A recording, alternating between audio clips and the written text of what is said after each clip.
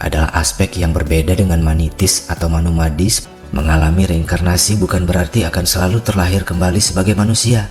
Kesan-kesan yang tersimpan di dalam manah inilah yang juga dimaksud sebagai residu atau rekam jejak karma yang dalam bahasa Sanskerta disebut samskara. Ini berkaitan dengan peran jiwa. Jiwa adalah dimensi transendental dari DNA. Potensi jiwa yang tertinggi adalah tumbuhnya cinta.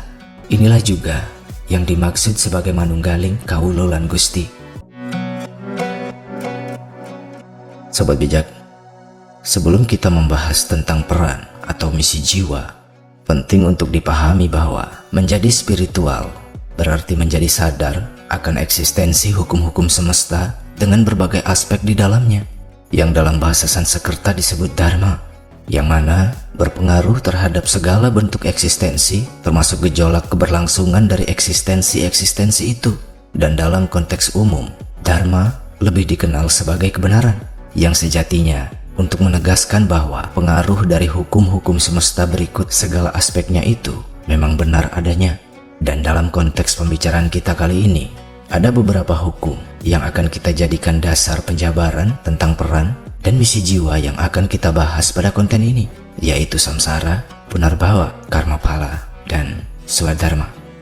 Sobat bijak, kita mulai dari hukum yang pertama, yaitu samsara yang berarti siklus.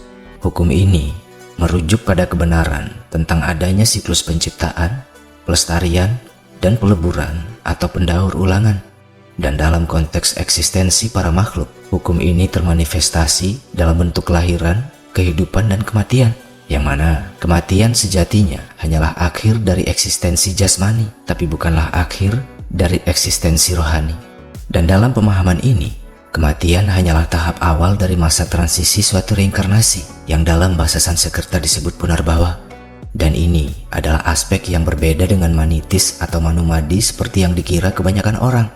Maka pahamilah, manitis dalam bahasa Sanskerta berasal dari kata man yang berarti pikiran atau pemahaman, dan iti yang berarti itu, yang lebih merujuk pada hal-hal yang mendalam dan transendental.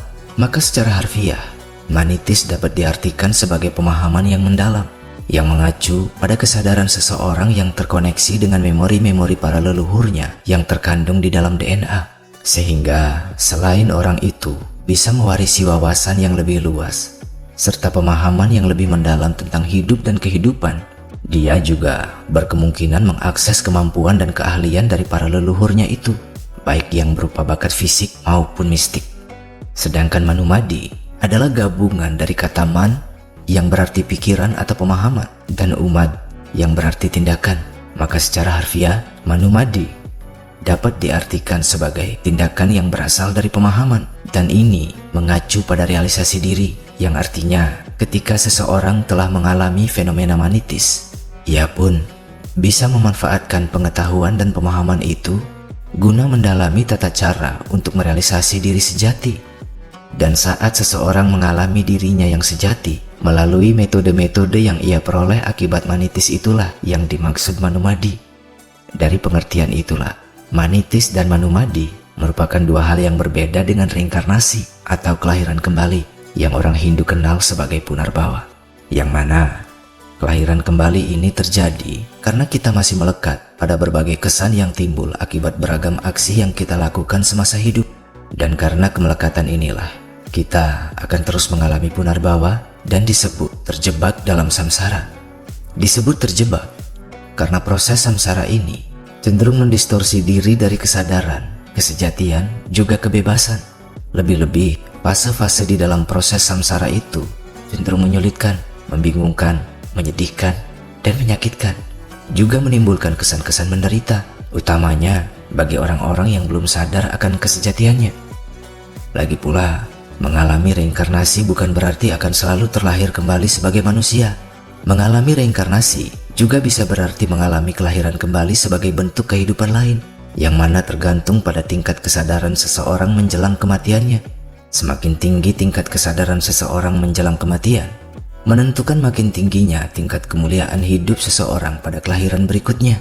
Sedangkan bila menjelang kematian, kesadarannya justru merosot, maka ia pun akan terlahir kembali sebagai makhluk-makhluk yang cenderung dipandang nista. Dan hal ini berkaitan juga dengan hukum semesta yang akan kita bahas berikutnya, yaitu karma pala, yang mana secara harfiah terdiri dari dua kata Sanskerta, yaitu karma yang berarti aksi dan pala yang berarti buah atau hasil. Maka dalam konteks ini, karma pala dapat dimaknai sebagai hasil dari perbuatan, yang mana secara filosofis hukum ini juga dimaknai sebagai hukum sebab akibat, tabur tuai, dan juga tarik menarik. Hanya saja dari kebanyakan penutur yang aku dengar, pemaknaan karma melalui filosofi itu masih kurang lengkap. Maka sekarang ketahuilah dengan lebih jelas tentang apa yang dimaksud sebagai karma atau aksi. Ini bukanlah sekedar tentang baik buruknya perbuatan atau perkataan yang kita dampakkan pada lingkungan sekitar kita, baik terhadap manusia, hewan, ataupun tumbuhan. Yang dimaksud sebagai karma adalah suatu aksi terlepas dari baik atau buruknya aksi-aksi itu, entah disengaja ataupun tidak, yang dilakukan karena terpengaruh atau dipengaruhi oleh kesan-kesan tertentu, yang juga dapat menimbulkan kesan-kesan tertentu yang akan melekat di dalam jiwa, sehingga itu akan mengikat dan mendistorsi kesadaran kita, lalu mengira ilusi-ilusi yang ditimbulkan oleh kesan-kesan itu seolah realita. Hingga karena itulah kebanyakan orang jadi lupa akan kesejatiannya dan terus-menerus terjerat dalam samsara. Itulah yang dimaksud sebagai karma. Dan lebih spesifik lagi, karma mengacu pada aksi-aksi yang kompulsif ataupun impulsif, yang mana keduanya itu sama-sama dilakukan bukan atas dasar kesadaran diri, melainkan karena adanya suatu dorongan atau pengaruh dari kesan-kesan tertentu dan juga menghasilkan kesan-kesan yang baru. Lebih jelasnya, kompulsivitas itu terjadi karena adanya pengaruh dari kesan-kesan terkait kecemasan, ketagihan, obsesi, ambisi, iri, dengki, benci, dan sebagainya. Sedangkan impulsivitas terjadi akibat perilaku-perilaku yang tanpa pertimbangan alias rampangan, yang pada akhirnya dapat menimbulkan kesan penyesalan ataupun rasa bersalah yang berkepanjangan. Dan kesan-kesan semacam inilah yang cenderung membuat mental orang jadi terguncang, iya kan? Hingga ia pun kesulitan untuk bebas dari kesan-kesan itu. Dan itulah yang dimaksud sebagai kemelekatan. Dan selain itu, segala aksi yang dipengaruhi oleh suatu pamrih juga akan meninggalkan suatu kesan yang akan melekat pada jiwa kita, yang mana ketika pamrih itu tercapai, kesan yang utamanya timbul adalah kesenangan dan kebanggaan yang ketika berlebihan bisa menyebabkan orang jadi lupa diri. Sementara ketika pamrih itu tidak tercapai, kesan utama yang ditimbulkan adalah kekecewaan, bahkan kemurkaan, yang menunjukkan bahwa orang itu sakit hati dan kehilangan kendali. Dan seperti itulah contoh kesadaran yang terdistorsi. Dan ketika kesadaran seseorang terdistorsi oleh kesan-kesan itu, kesan-kesan itu pun akan melekat dan tersimpan ke dalam dimensi benak yang berfungsi sebagai gudang memori yang disebut manah. Kesan-kesan yang tersimpan di dalam manah inilah yang juga dimaksud sebagai residu atau rekam jejak karma, yang dalam bahasa Sanskerta disebut samskara. Dan dari manah inilah samskara ditransmisikan ke dalam tiap sel tubuh kita dan tersimpan ke dalam DNA, lalu membentuk karma wasana, yang mana karma berarti aksi dan wasana berarti kecenderungan. Maka ini bisa kita ibaratkan sebagai prosedur operasi standar yang diberikan benak terhadap sel guna menjalankan fungsinya dalam mengelola badan kita. Selain itu, karma wasana juga mempengaruhi kecenderungan kita dalam berekspresi, berpikir, berbicara, dan berperilaku, termasuk kecenderungan dalam menentukan pilihan dan membuat keputusan, yang tentunya ekspresi-ekspresi ini juga menghasilkan vibrasi energi yang akan saling tarik-menarik dengan energi eksternal yang sefrekuensi, yang mana akan menimbulkan kecenderungan nasib kita ke depannya, yang meliputi segala situasi dan kondisi yang kita hadapi atau alami, termasuk orang-orang yang bakal kita jumpai. Maka fenomena tarik-menarik dan saling mempengaruhi antar energi yang sefrekuensi inilah yang kemudian dimaknai sebagai siklus aksi-reaksi atau sebab akibat, yang dalam metafora kunonya ini sering digambarkan dengan ungkapan, apa yang kamu tanam, itulah yang akan kamu petik. Dan dari sini jugalah asalnya paham akan tabur tuai itu. Dan sebagai contoh mengenai hukum karma ini, salah satu gambaran yang paling umum dan mudah dipahami adalah ketika seseorang terjerat oleh kesan dari aroma, tampilan, ataupun rasa dari suatu makanan, maka ia pun cenderung menjadi kompulsif terhadap makanan itu, sulit untuk menahan diri, cenderung merasa rugi bila melewatkan kesempatan untuk menikmatinya, lalu mengonsumsinya secara berlebihan. Dan itu malah jadi sesuatu yang merugikan bagi vitalitasnya. Ia jadi gampang lesu, atau malah jatuh sakit. Bahkan dalam kasus yang lebih buruk, residu dari penyakit itu dapat tersimpan dalam DNA-nya, sehingga penyakit itu pun dapat terwariskan pada keturunannya, yang mana ketika suatu saat ia telah meninggal dunia, salah satu dari keturunannya itu pasti saja ada yang paling cocok menjadi wadah barunya ketika kelak tepat saatnya untuk ia berinkarnasi. Ngomong-ngomong, kalau ada yang masih merasa bingung pada bagian ini tentang bagaimana reinkarnasi itu akan terjadi, penjelasan tambahannya ada di salah satu kontenku yang sebelumnya. Dan aku rasa satu contoh saja sudah cukup memberi gambaran, kan? Karena aku yakin ini tidak sulit untuk kalian mengerti. Intinya adalah yang disebut karma atau aksi tidaklah sebatas pada perbuatan yang kita dampakkan kepada lingkungan sekitar saja. Semua aksi yang kita lakukan melalui panca indera, termasuk juga melalui benak dan kehendak, baik atau buruk, sengaja ataupun tidak. Dan meskipun itu hanyalah hal-hal yang sepele, bila itu dilakukan karena terpengaruh oleh suatu kesan, juga menimbulkan kesan-kesan tertentu di dalam jiwa, maka aksi itulah yang disebut karma, yang pastinya akan menimbulkan samskara dan karma wasana yang akan terus-menerus menjerat kita dalam samsara.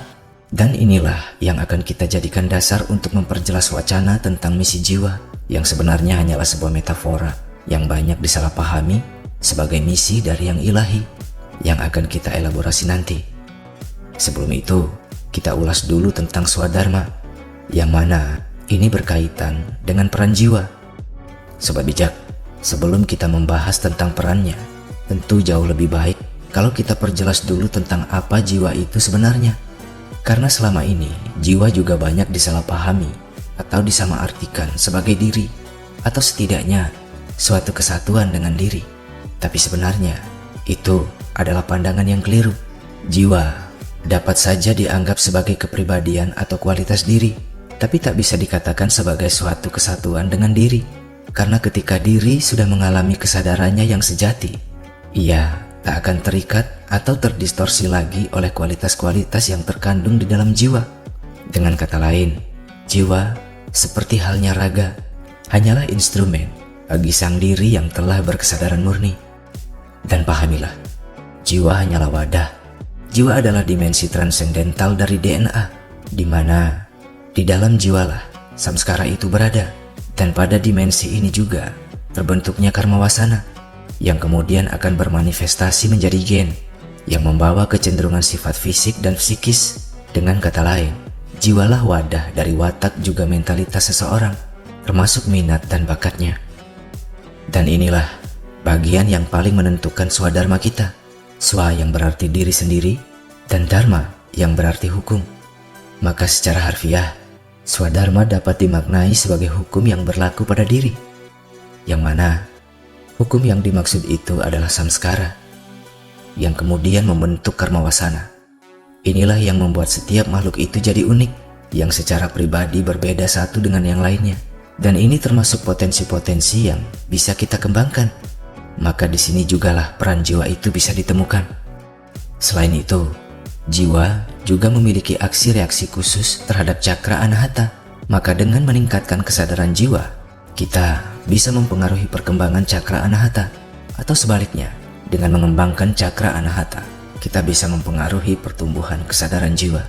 Dan ketika kesadaran jiwa seseorang telah mencapai puncaknya, selain ia tumbuh menjadi pribadi yang berintegritas tinggi, ia pun akan menyadari potensi-potensi terkait keahlian dan kemampuan yang ia miliki. Maka dengan mengasah potensi-potensinya itu, ia pun jadi lebih berkualitas dan berkapasitas untuk mengambil suatu peran yang bisa ia manfaatkan untuk kemaslahatan lingkungan di sekitarnya. Dan ketahuilah juga, potensi jiwa yang tertinggi adalah tumbuhnya cinta.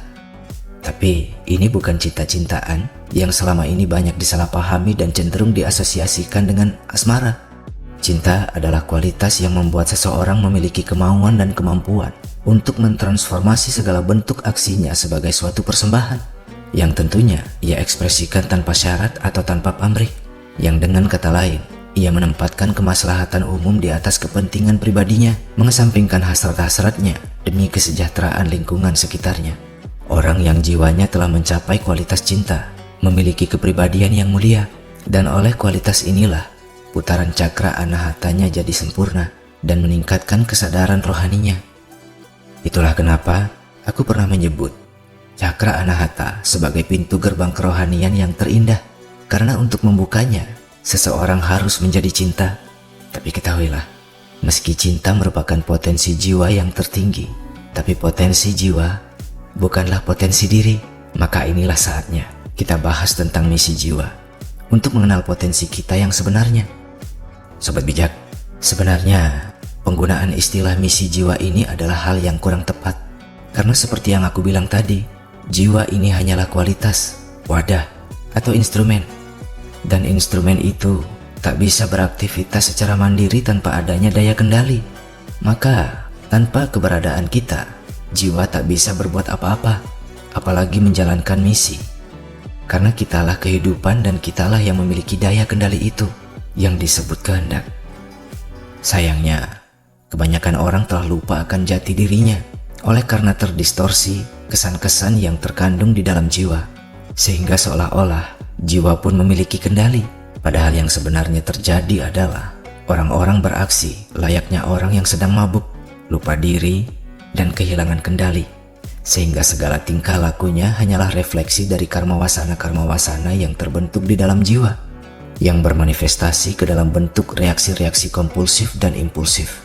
Alhasil, semua tindakannya itu menyebabkan karma-karma yang baru yang terus-menerus mengikatnya dalam gejolak samsara yang cenderung menyiksa dan membuat orang sengsara.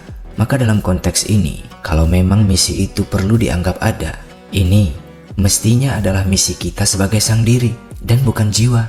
Misi di mana kita mestinya membebaskan diri dari jeratan samsara, sehingga kita bisa kembali menjadi diri kita yang sejati, yang pada hakikatnya adalah ruh atau atma, yang merupakan satu kesatuan dengan yang ilahi. Dan dari pemahaman ini jugalah ajaran yoga atau manunggal itu berasal. Maka inilah misi kita yang sejati, yang bagaikan air samudra akibat siklus alam berubah menjadi tetesan air hujan yang jatuh ke daratan demi keseimbangan ekosistem kehidupan. Dan saat kita sadar bahwa asal muasal kita adalah lautan, maka seyogianya kita pun berusaha kembali menyatu dengan samudra. Maka ini sebenarnya adalah potensi diri yang sejati yang kita metaforakan sebagai misi. Inilah juga yang dimaksud sebagai manunggaling Kawula lan Gusti. Lalu, bagaimana caranya agar kita berhasil dalam menjalankan misi ini?